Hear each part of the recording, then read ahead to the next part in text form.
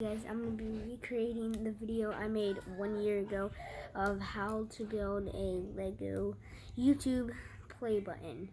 So yeah, by the way, thank you for all the subscribes. It means a lot to me, and I just want to say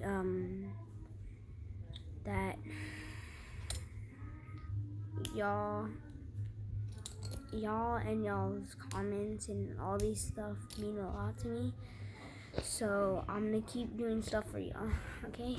Anyway, so we're gonna start off. We're gonna start off with this part right here. Two 1x2 or a 1x4. Then a 1x4.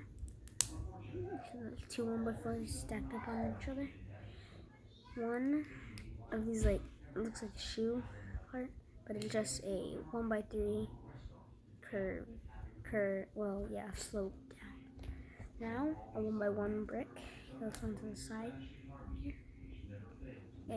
This is a 2x2, which is like built twice as high though.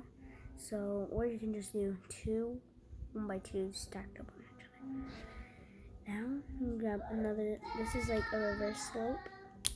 It's that slope, but it's like upside down. Okay, now another one stud thing, one block. Now a 1x6. Oh gosh, a 1x6 right here.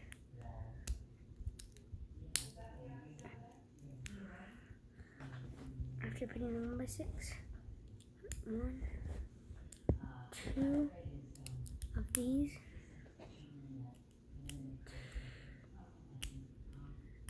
Then a 1x4 a 1x4 plate, and then two of these sloped cheese wedges, and there it is. And I built two, and yeah, this is basically a recreate of my old one, which I didn't have the slope parts. So yeah, thank you guys. Bye.